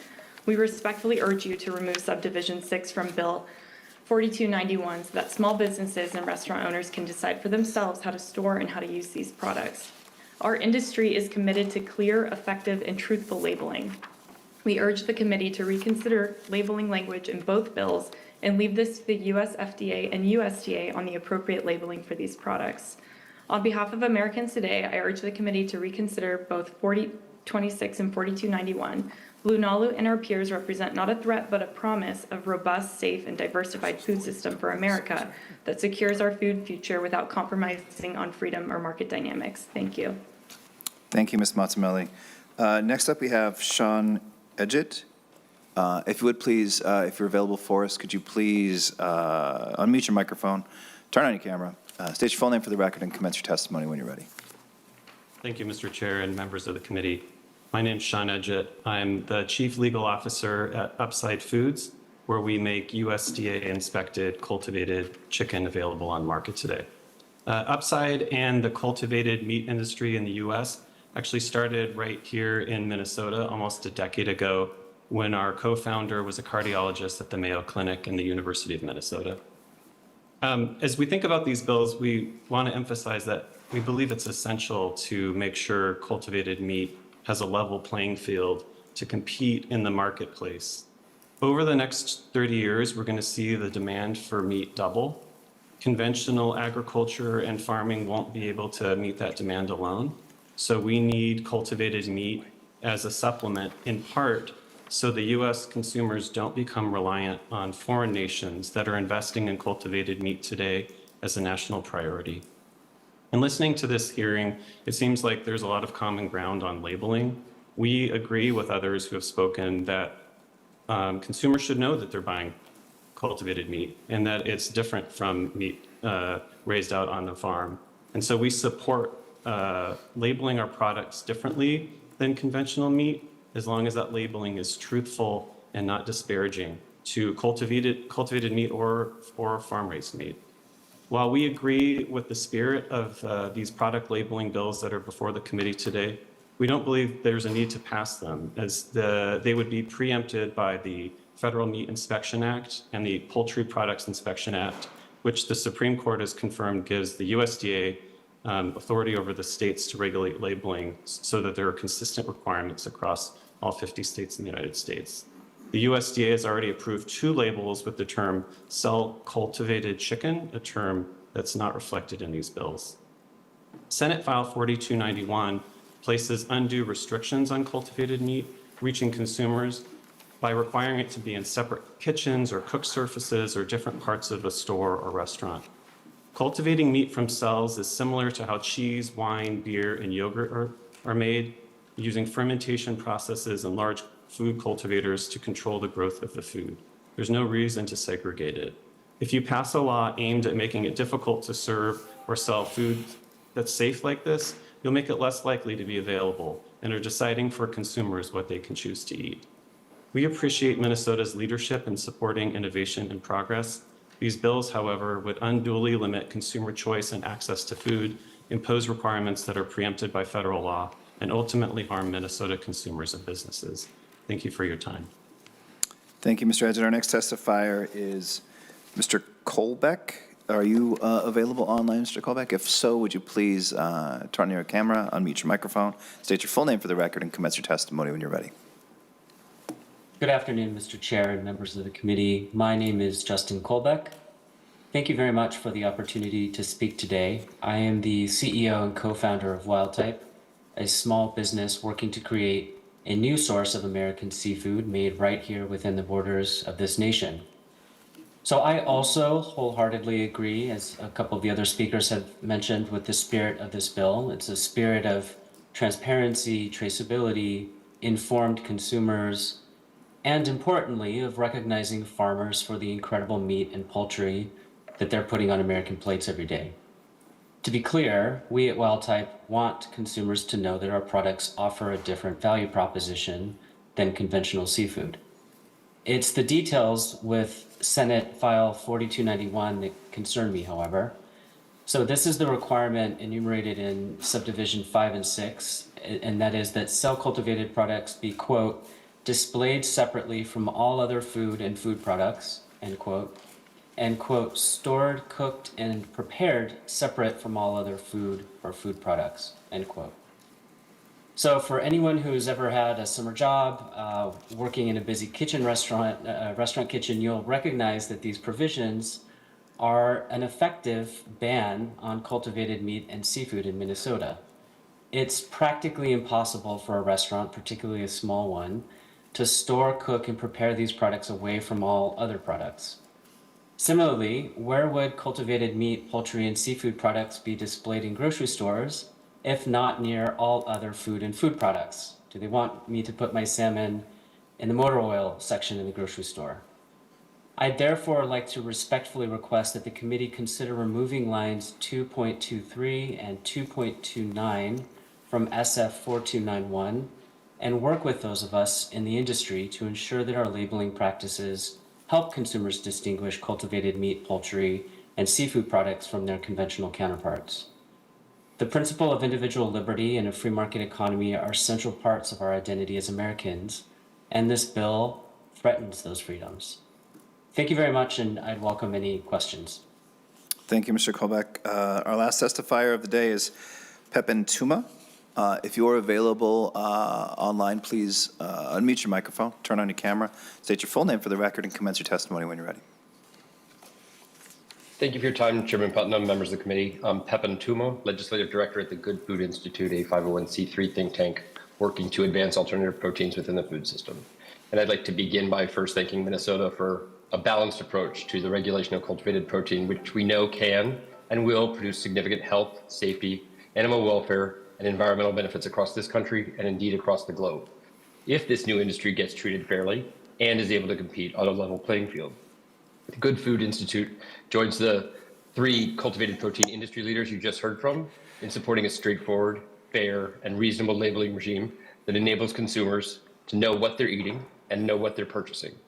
And we share their sincere desire to work with you to build upon the largely reasonable approach manifested in 4026 and 4291 and find a solution that everyone, from consumers to cattlemen, poultry producers, and cultivated protein companies alike, can support. We share the significant concerns about the subdivisions 5 and 6 in 4291 that require the separation of cultured proteins, cultivated proteins from other food items when they're displayed or stored or cooked or prepared. And these overly burdensome regulations would effectively be a ban on the sale or the use of these proteins in Minnesota. And what we know, though, is that consumers can actually make informed decisions about whether or not to buy alternative products when they're presented with accurate and unbiased and straightforward labeling, using qualifying terms as this contemplates in this labeling law. My 8-year-old nephew, for example, was easily able to identify on his own the plant-based cheese he needed to buy and the plant-based sour cream he needed to buy that were stacked right next to the dairy products for his brother who has a severe dairy allergy. And finally, we wish to encourage the committee to amend the list of qualifying terms that are in the labeling law to include cultivated, the term which is preferred by industry and consumers, and cell-cultivated, which the USDA has already approved. And we respectfully encourage the committee to remove lab-grown meat, a derisive term that neither advances the product within the market nor the prospect of collaboration among stakeholders. Thank you for your time, and we appreciate your thoughtful consideration. Thank you, Mr. Toomer. So, members, here's what we're going to do. We've got these two bills that are very similar, though there are some distinctions. Both bills will be laid over for possible inclusion. I think right now we have a general open discussion about the points of commonality between the two bills and about our own curiosity about this technology and its implications. At that point, when we've concluded that conversation, I'll ask Senator Westrom to talk through what makes his bill particular or distinct, and then we can discuss that as well. But spoiler alert, both will be held over for future inclusion. In the meantime, let's have a vigorous conversation. I wouldn't mind starting off if I could. This is new, so I'm curious a little bit from those of you who are in the industry of producing these products, Ms. Montemelli, Mr. Edgett, Mr. Kolbeck, and Mr. Tuma. Could you clarify for a little bit about the nature of the technology that's being employed here? Primarily, I'm interested in distinctions between varieties of meat product. Are the processes and implications of growing a salmon identical to how you grow a chicken breast, or are there distinctions that we should consider between these different products? And I'm not sure who exactly I'm asking. Mr. Chair, this is Justin Kolbeck from WildType. I can maybe take a crack at your question, and then Sean and maybe could answer the question from the chicken perspective. So we make cultivated salmon.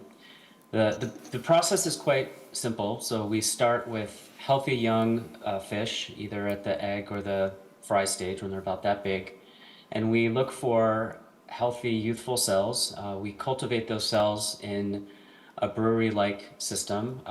In fact, our production facility was a brewery. We upgraded it substantially. It was a brewery that went out of business during COVID, unfortunately. And then we take those cells, we separate it from the nutrients that we feed them, which come from very conventional agricultural inputs. It's basically Gatorade, a slightly more expensive Gatorade that we use to grow the cells. So amino acids, salts, sugars, fats, proteins.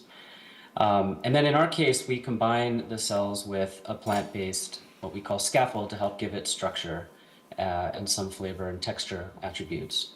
And I can't speak to my peers who are making chicken, but I can say, at least on the cell culture side, there are some very minor differences. So, for example, fish cells grow at a much colder temperature than chicken cells do.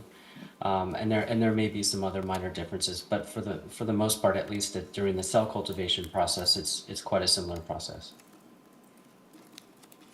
Thanks, Justin, and thank you, Mr. Chair. I would say I don't have a lot to add to that. There's a lot of consistency across the processes and how the various meats and seafood are made.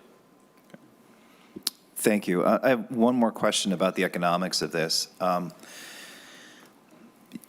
All four of you who are representing the industry here are online.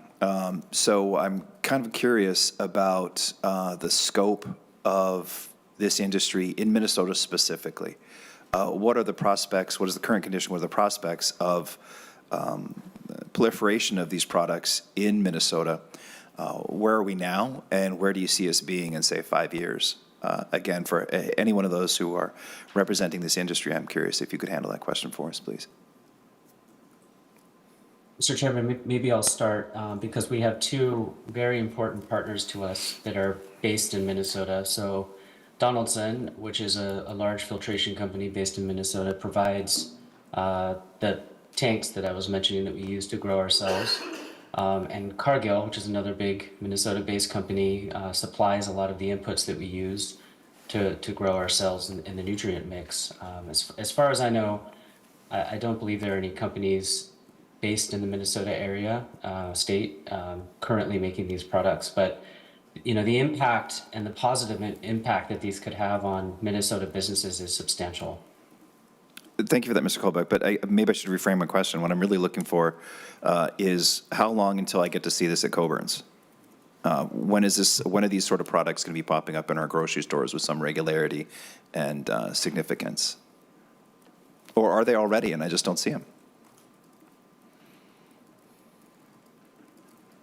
Anybody? So thank you, Mr. Chair. So Sean can talk a little bit about Upside's chicken. They're currently in market, but I would say in terms of at least wild type salmon, it depends on the completion of a very long regulatory process that we've been underway with FDA for about 5 years now.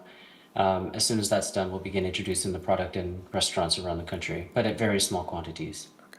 Thanks, Mr. Colbeck. Mr. Chair, right now our product has been available at one restaurant out here in California, and then we take it to various events. So we're at a really small scale, I think, as an industry. I think it'll be a couple of years, a few years before you can start enjoying it in your home state. Thank you. Members, let's open up to questions. Oh, I'm sorry.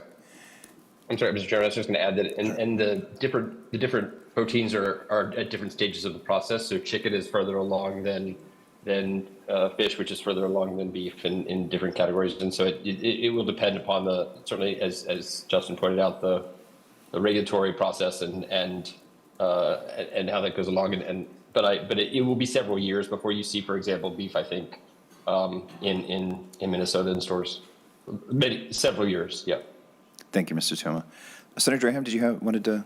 If I could, just respond Certainly. to the testimony of the last four testifiers, if I could. Please, Senator Draheim. My bill is at Senate File 4026 that really doesn't touch on not promoting their product or discouraging that product. Like I said, the feds have been working on this for about 5 years and really aren't as far along as I think most of us would have perceived that they would be on the labeling. And other states have acted on this. And North Dakota, right next door. Texas has had bills on this. I believe Arkansas, Mississippi, South Dakota, and Wyoming. So I don't think we're an outlier on discussing this topic. I like trying new things, and I definitely will try this, but I also want to know what I'm buying. And that's not a slight to the industry. I think it's super cool technology that they're using, and I applaud them for being pioneers. But there is something to be said about knowing what we're purchasing and protecting the consumer. If that be at the grocery store, which you just described, or at a wholesale club, or to a wholesaler selling to a restaurant. We need to know what we're buying, and part of that is just labeling. And we can split hairs if we should call it cell-cultured poultry or cell-cultured chicken. In Minnesota, with all the turkeys we have here, poultry, whatever, doesn't matter to me. I just think we need to start along this process of labeling stuff, whatever you decide as the chair. I don't think we can wait for the federal government. And then one other piece, and I know we're really short of time, and I'll zip it. Some of the other bills talked about labeling to differentiate themselves from other products. And I don't think I want to go as far as Senator Westrom's bill where they have to put it on a different shelf. But I think it should be clear labeling. As a guy that needs reading glasses, I try to have reading glasses with me all the time. I get very frustrated trying to read a label in the grocery store and the small print. So I think we can help craft this discussion with your leadership and I hope we can act. And then the last comment would be, it would be great to hear from the agency, if the commissioner or anybody's still here, on their thoughts on this. I miss the commissioner, so.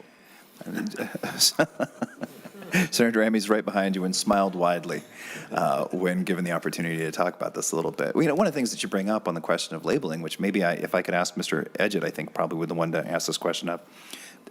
Do you sense in the industry a potential for labeling to create a boutique industry where people kind of go out of their way to buy things that are cell cultured because they seem more environmentally friendly? Or does the labeling itself, is it inherently problematic, or is it the nature of the label that could in fact be commercially viable? Mr. Chair, I think as you heard earlier, we very much support clear labeling that differentiates. I don't think the labeling itself is problematic. I do think we're sort of all on the same page. We want the marketplace and consumers to decide and just have the knowledge and information they need to make those decisions. So I think there are some that will gravitate towards this product, some that won't, and some that enjoy and will continue to enjoy conventional meat. Thank you, Mr. Edgett. Senator Kunish. Thank you, Mr. Chair. I do have a couple of questions on Senate File 4291. The first one is... Senator Kunish, may I interrupt for just 1 second? I'm sorry. Senator Westrom, would you like to briefly describe 4291? Because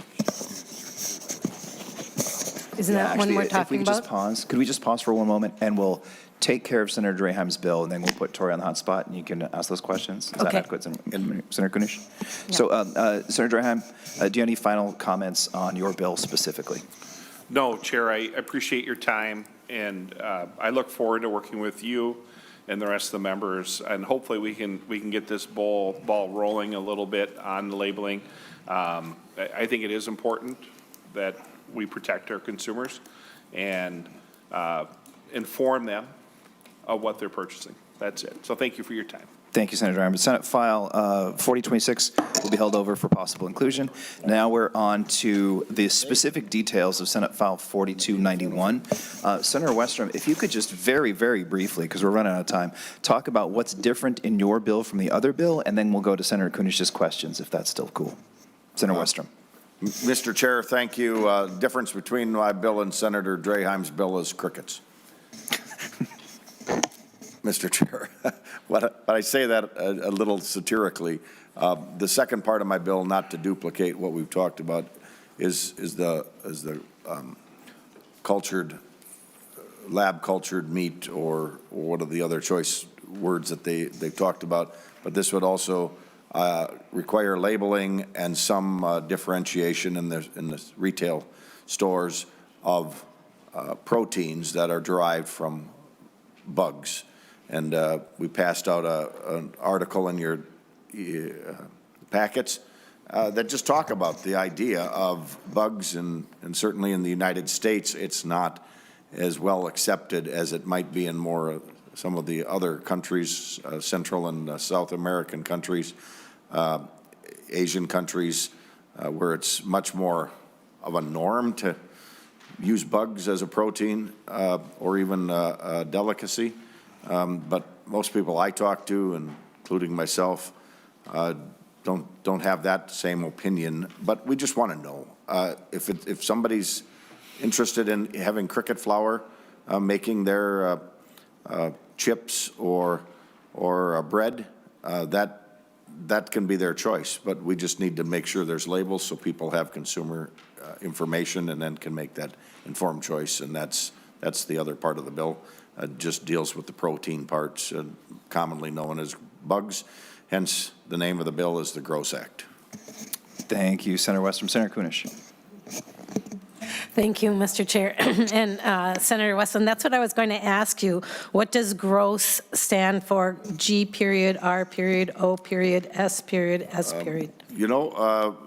Mr. Chair, Senator Kunish, I cannot give you the exact answer on that right now. I've asked it, I've been told, but I don't remember. But there is words for each of those letters. And if staff has the answer, I'd defer to phone a friend.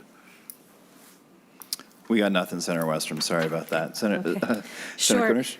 Yeah, and then I'm looking like on line 2.6, it says the product labeling requirement. It's unlawful for any person to sell, offer, expose for sale, or have in possession with intent to sell cultured product at wholesale or retail. And then I'm looking at that word cell cultured. Is sourdough bread cell cultured?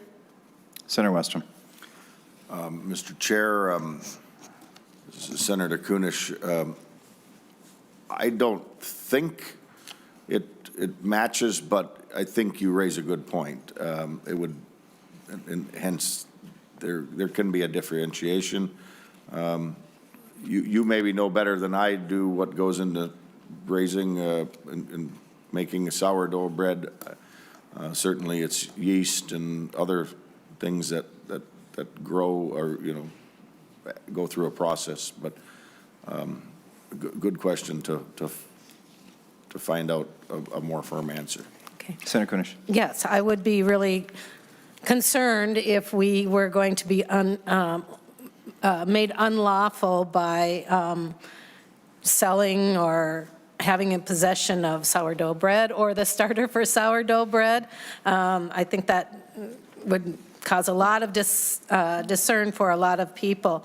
And throughout this bill, it states that it is unlawful. It is unlawful. It is unlawful to sell or offer, expose for sale, have in possession. I mean, you think we were talking about meth or cocaine or something like that with that kind of language. If it is unlawful and you are found with any of these items, what would the possible consequence be? I mean, what would you imagine would happen if you were found with these items? Senator Westrom. Mr. Chair, Senator Kunish, another good question. I don't think anything over a year in jail would be reasonable. There was air quotes on that, Senator Kunish. I'm writing that one down. No, I'm sorry. Again, a good question. I mean, I think it'd be very similar to other retail violations, and it may get more if somebody's repeated violation. Maybe the first time is a warning or a speeding ticket type violation, more compliance than punitive, as long as it's not intentional or not a chronic repeated offense. The idea is consumer information, and then at that point, consumers can have a better choice. There's constituents I talked to in the last year or two, it's become much more prevalent, just concerned about what is in our food and is there a push to go to bug proteins unknowingly, and people are just grossed out by that a little bit, and I share concerns. I want to know if I'm doing it. My roommate in college, just go back a little in history, Mr. Chair, and I know we're short of time, but he took a trip to China, and the stories he came home and told me about what they saw sold in the market and sometimes butchered right in the same restaurant they were eating, and made me not jealous that I didn't go to China when he went for school and college, but I'll leave it at that. But it's nice to know what you're eating when you're eating. Senator Kunish. And one more thing. It is important that we know what's in the food that we eat. Insects, protein is incredibly nutritious for folks, and if you ever go and eat at Owamni, the award-winning American Indian restaurant in Minneapolis, and eat their crickets, they're absolutely delicious. So perhaps I'll bring them to you one day. But Don't tell me it's crickets. When you eat them to me. I won't. I'll put it on your yogurt and you'll say num num. But I did look to see if any of these cell-cultured or lab-grown products are being produced in Minnesota or sold in Minnesota. I'm not seeing that anywhere. I can't find it anywhere. And the testifiers also shared that it'll probably be a few years before some of these things are available. And so, Senator Westland and Chair, I kind of feel like to use a phrase that I have heard often out of your mouth. I think this is a solution looking for a problem. And I think that while it's important to keep this in the back of our mind, this is not ready, or it is not the time, or it is preemptive of any kind of laws before we know and we see what's coming down the pike. And those are just some of my thoughts. And thank you, Senator, and thank you, Chair. Thank you, Senator Coonerty. I just have a quick question for our people from the industry, if I could. If one of you could just answer this. Are your products, do they require refrigeration?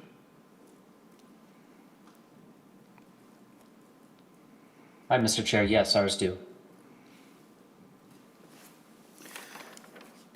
Mr. Edgett, do you have to refrigerate a cultured chicken as well? You do today. They have a very long shelf life.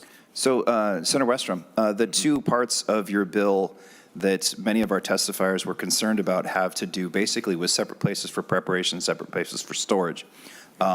Were we to include that in the final bill, would that be something of an unfunded mandate for a grocery store to build a secondary refrigeration space for these products as well? Would they have to be in a separate refrigerator? It seems like that's what it says.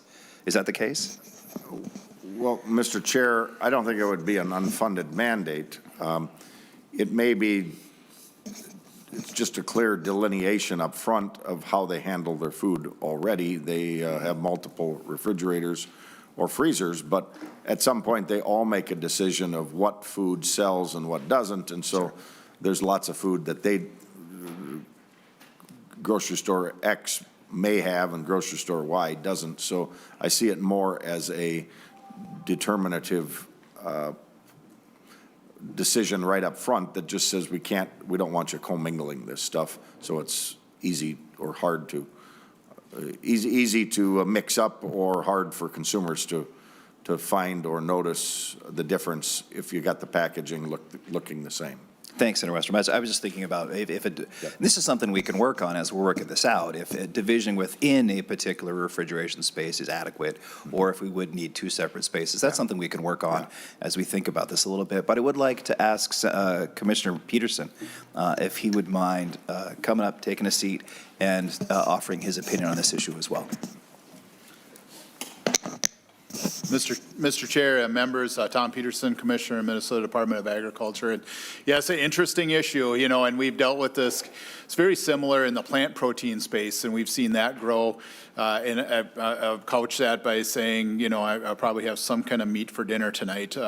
But we do see, positives in that and developments. We've seen steady growth in that, and we haven't seen it cut into our, livestock in the grocery store. Remember, the Department of Ag also regulates grocery stores. And so I think it's interesting when I go and I tour our grocery stores and I always say, what's changed? What's different? We do see a huge, increase in just people wanting protein in general in their diet. So, but what I would say is when I visit with cattle and poultry farmers, this is a big issue, as we look at it. And I think you heard from the industry too, that the labeling part of it is something they're open to and looking at. And so I'd say that's something the department would like to, continue to work on and is very interested in that labeling piece. I would say we do have some just technical issues on labeling and things that would make it work better, and we will set up meetings to meet with both senators on the issues in the interest of time. And I would say that I have been approached by at least two different companies who operate here in Minnesota who are interested in doing this. So it's I'd say it's in the idea stage and just looking at it. And so I would say that it probably is coming here to Minnesota sooner if the other companies that are not here based in Minnesota are looking at it. So we do see that, but I can see the you know, the concern that our livestock producers, big and small, from the biggest to the smallest, have on this issue, and they would like to see some kind of label. But I think there's some technical issues we'd have to work out. Thank you, Commissioner Peterson. Senator Westrom, do you have any closing comments? Mr. Chair, real briefly, I appreciate the time to dig into this issue. I do think it's closer than some might think. And to Senator Kunish's comments, I just think now is the perfect time to get this focused on and get it right or get it on the books.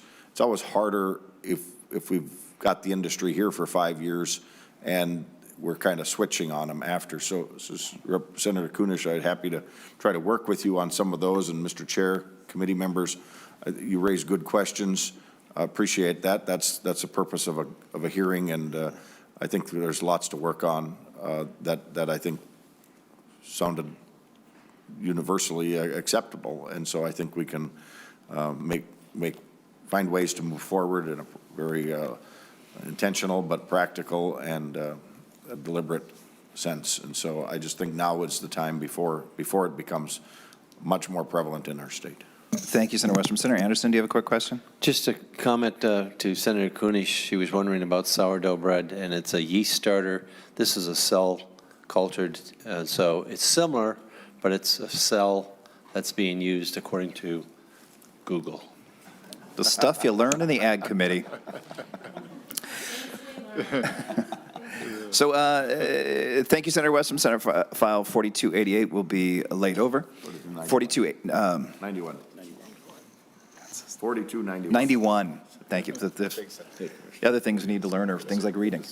Thank you very much, Senator Westrom and Senator Draheim, for that conversation, for everyone who participated. Folks, our next meeting on Wednesday, March 6th, just so you know, it's Dairy Day. You know what that means, right? I see that you can tell by the smile on Senator Westrom's face that there's a high likelihood of ice cream at the committee on Wednesday. We will also be hearing from Senator Kunesh, Senate File 3861, two